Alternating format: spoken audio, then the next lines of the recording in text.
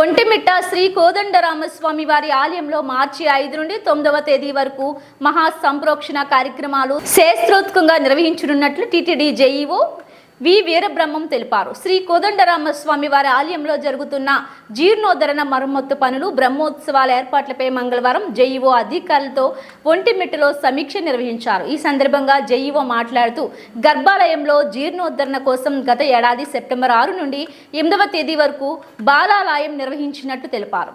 భారత పురాతత్వ శాఖ ఆధ్వర్యంలో ఆలయంలో పునరుద్ధరణ పనులు నిర్వహిస్తున్నట్లు చెప్పారు. సకాలంలో ఆలయ పునరుద్ధరణ పనులను పూర్తి చేయాలని టీటీడీ అధికారులను కోరారు.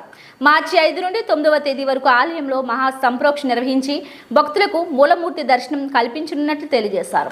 కడప జిల్లా యంత్రాంగంతో సమన్వయం చేసుకుని స్వామివారి బ్రహ్మోత్సవాలను వైభవంగా నిర్వహిస్తామన్నారు.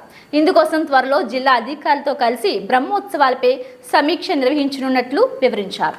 ఒంటిమిట్ట ఆలయ పునరుద్ధరణ పనులు ఏప్రిల్ నెలలో జరగనున్న బ్రహ్మోత్సవాల ఏర్పాట్లపై అన్ని విభాగాల అధికారులతో జేఈఓ సమీక్ష నిర్వహించారు. బ్రహ్మోత్సవాలను దృష్టిలో ఉంచుకొని వేసవి నేపథ్యంలో భక్తులకు సౌకర్యవంతంగా ఉండేలా ఏర్పాట్లు చేయాలని సూచించారు. ఈ కార్యక్రమంలో CI Satyanarayana, SE Venkateswarlu, deputy EO PV Natesh Babu, VGO Sadalakshmi, ఇతర విభాగాల అధికారులు పాల్గొన్నారు.